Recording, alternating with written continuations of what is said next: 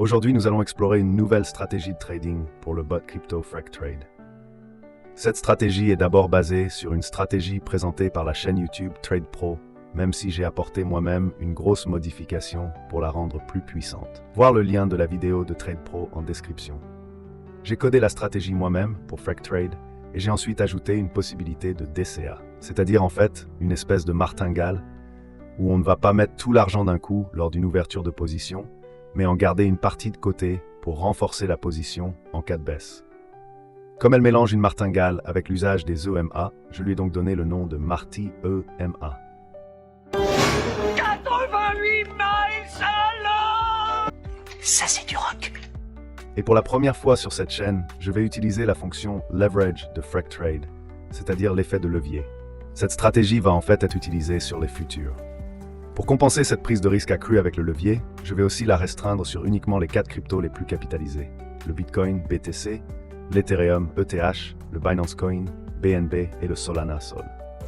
Comme pour la stratégie Ichimoku, on va ici utiliser un système de double barrière, donc avec un stop loss et un take profit, défini en fonction du prix et des valeurs des indicateurs au moment de l'entrée en position. Sauf qu'ici, on ne va pas fermer le trade au moment où il touche le stop loss, mais on va plutôt renforcer notre position, c'est-à-dire augmenter la taille de position. C'est un peu comme si on remettait une pièce dans la machine à sous après avoir perdu. En fait, l'entrée initiale en position ne va se faire qu'avec une fraction de la somme totale allouée à ce slot de position. C'est donc une espèce de martingale où on va mettre plus d'argent dans le système en cas de perte. Cette méthode peut, des fois, de manière moins péjorative, être décrite comme un DCA pour Dollar Cost Averaging, car on va moyenner à la baisse notre prix d'entrée. Le nombre de niveaux de DCA est un paramètre ajustable de la stratégie entre 2 et 4. Ce sera HyperOpt qui nous indiquera quelle est la valeur optimale du nombre de niveaux de DCA. Cette stratégie utilise plusieurs fonctionnalités de FracTrade dont je n'ai pas encore parlé sur la chaîne, donc je vous la présente aussi pour sa valeur éducative. Et en fait, c'est l'un des buts de cette chaîne. Voici le code source Python de la stratégie. Comme d'habitude, elle est mise à disposition sur le dépôt GitHub de cette chaîne. J'ai aussi mis sur le GitHub le fichier de configuration spécifique pour cette stratégie, basé sur Binance Futures et avec uniquement BTC, ETH, BNB et Sol. Voir le lien en description de cette vidéo. Les paramètres de base sont Position Adjustment Enable, un booléen qui vaut True et qui indique que l'on souhaite ajuster les tailles de position ouvertes. Max Entry Position Adjustment, émis à une valeur 4, nous indique que l'on souhaite au maximum ajuster 4 fois la taille des positions en cours. Les ajustements sont bien sûr les augmentations de position en cas de touche sur le stop loss. Le Use Custom Stop Loss est mis à True et est très important pour que le code écrit dans la fonction Custom Stop Loss soit bien exécuté. Le stop loss global est mis à une valeur très grande car il ne sera pas utilisé. On utilise un stop loss dynamique basé sur le prix et sur la valeur des indicateurs au moment de l'entrée en position. De même, le ROI est aussi mis à une valeur très grande pour être ignoré. On ne sortira que sur le pourcentage dynamique de take profit calculé à chaque entrée en position. Maintenant, penchons-nous sur les conditions d'entrée et de sortie. Elles sont indiquées dans la fonction Populate Entry Trend. Tout d'abord, la stratégie calcule 3 EMA à différentes périodes. Elle regarde ensuite si l'EMA 1 est supérieur à l'EMA 2, qui est elle-même supérieure à l'EMA 3, et si le cours de clôture est également au-dessus de l'EMA 1. Pour définir les valeurs de ces EMA, j'ai utilisé ici avec les deltas une petite astuce qui permet en fait d'avoir un meilleur comportement lors de l'exploration de l'espace de paramètres, lors de l'hyper-optimisation. C'est strictement équivalent à définir 3 périodes pour les EMA, mais ici on garantit que l'EMA 2 sera toujours au-dessus de l'EMA 1 et que l'EMA 3 sera toujours au-dessus de l'EMA 2. Parallèlement, la stratégie évalue l'état de l'oscillateur stochastique RSI. Elle cherche des situations où le pourcentage K est inférieur à la valeur seuil de survente, paramétrable, et où le pourcentage K croise le pourcentage D par le bas. Dans cette chaîne, nous avons déjà utilisé le stochastique RSI, mais pas les pourcentages K et D. Ce sont en fait des moyennes mobiles, calculées à partir du stochastique RSI. La fonction Populate Exit Trend est réglée simplement pour ne jamais activer de conditions de sortie. Donc toutes les valeurs à 0, car c'est la fonction Custom Stop Loss qui va indiquer les conditions de sortie. Soit on touche le Take Profit, soit on touche le Stop Loss. Voici ici la définition du Stop Loss. La stratégie utilise un Stop Loss dynamique basé sur l'ATR, Average True Range. Le Stop Loss est calculé en fonction d'un multiple de l'ATR, paramétrable via le paramètre Down.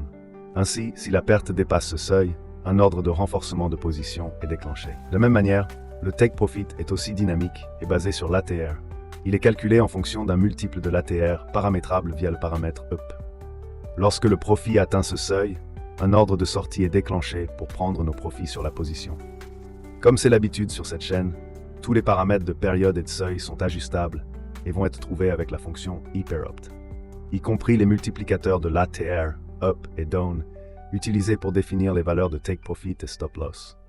La fonction Custom Stake Amount gère la taille de la position à ouvrir lors de l'entrée en trade. Elle calcule le montant à investir initialement en fonction du nombre de niveaux de DCA activés. Si le nombre de niveaux de DCA, NB Levels, est inférieur ou égal à 1, la taille de position proposée est utilisée telle qu'elle. Quand NB Levels est égal à 2, la taille de position est divisée par 1 plus 1 plus le facteur de DCA, DCA factor. Et ainsi de suite pour NB Levels à 3 ou 4. Le DCA factor paramétrise l'augmentation de la taille des positions au fur et à mesure qu'on touche le stop loss. Si le DCA factor est à 0, alors chaque renforcement de position aura la même taille que la position initiale.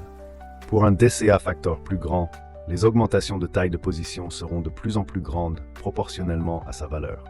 L'objectif est de laisser suffisamment de fonds disponibles pour pouvoir effectuer les ordres de DCA successifs nécessaires sans épuiser tout le capital. Et plus il y a de niveaux de DCA activés, plus la taille de position initiale est réduite proportionnellement. La fonction Adjust Trade Position gère l'ajustement de la taille de la position quand le stop loss est touché. Elle vérifie d'abord si le nombre d'entrées réussies via des ordres de DCA est inférieur au nombre de niveaux de DCA paramétrés NB Levels.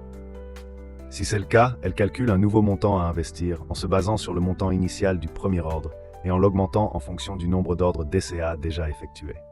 Elle vérifie également que le profit-perte actuel n'a pas dépassé le seuil de perte maximale défini par le paramètre down. Enfin, elle vérifie que le cours de clôture de la dernière bougie n'est pas en baisse par rapport à la bougie précédente, ce qui indiquerait un mouvement défavorable. Si toutes ces conditions sont remplies, la fonction renvoie le nouveau montant à investir, qui sera alors utilisé pour passer un ordre de DCA. Sinon, elle renvoie none pour ne pas ajuster la position. Comme dans toutes les vidéos, je définis un jeu de paramètres libres ajustables qui vont être optimisés par la fonction hyperopt. Les différents paramètres sont optimisés sur un jeu large d'historique de bougies passées sur un peu plus de 4 ans. Du 7 septembre 2019 au 31 décembre 2023, donc une durée totale de 1575 jours.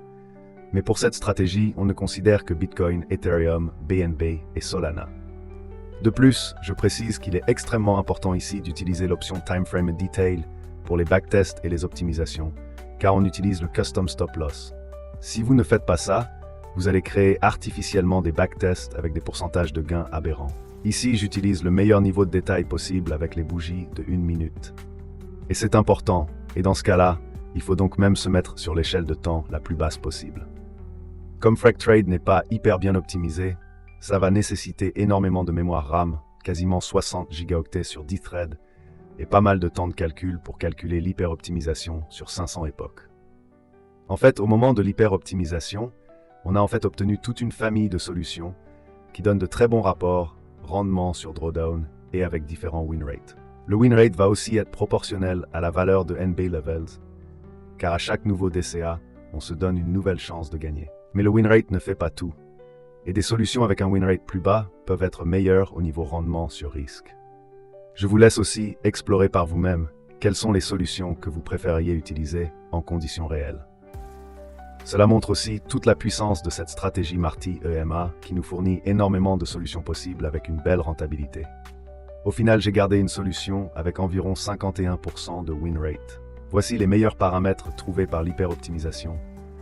On peut voir que le DCA ou la martingale optimale est sur 4 niveaux, avec un levier 2 et un facteur d'augmentation du DCA de 0,3. Et voici le résultat du backtest pour cette stratégie Marty EMA optimisée. On peut voir que cette stratégie nous donne un retour théorique assez bon, avec un gain de 464% sur les un peu plus de 4 ans de backtest. Le drawdown maximum est de seulement environ moins 15%, ce qui est le plus bas jusqu'à présent. Et c'est logique puisqu'on fait des entrées en position par palier si le prix évolue en notre défaveur. Ce qui limite cependant le potentiel de gain. Voici donc le classement backtest mis à jour en ajoutant cette nouvelle stratégie Marty EMA. Elle se place en dernière position avec un score de 30,1. Voici maintenant ce qu'a donné cette stratégie en conditions réelles après 324 jours de test sur Binance Future en levier 2. Eh bien, c'est assez décevant avec 22,7% de profit et 21,6% de drawdown maximal. Mais elle se place cependant à la deuxième place du classement car elle n'a pas été exposée à une hausse aussi grande du Bitcoin comparée aux autres stratégies lancées plus tôt. Vous pouvez aussi voir que les scores de toutes les stratégies ont pas mal augmenté depuis la dernière fois car les altcoins ont assez bien performé tandis que le Bitcoin a plutôt fait du surplace. Je vous tiendrai au courant de l'évolution de ces stratégies en mettant à jour ce ranking live au fil des semaines en fin des vidéos de présentation de stratégie. Et sur ce, c'est déjà la fin de cette vidéo. Un petit disclaimer s'impose. Cette vidéo ne représente en aucun cas aucune forme de conseil en investissement. N'oubliez pas que bien que je m'efforce de fournir des analyses approfondies et rigoureuses, vous devez toujours faire vos propres recherches, effectuer des backtests approfondis et trader de manière responsable. Je recommande de ne jamais faire tourner de stratégie avec de l'argent réel et de toujours utiliser la fonction Dry Run de FracTrade. N'oubliez pas de liker, de vous abonner et d'activer la cloche des notifications pour supporter cette chaîne et ne pas manquer les prochaines vidéos. Merci d'avoir regardé cette vidéo et à la prochaine pour une nouvelle vidéo de stratégie.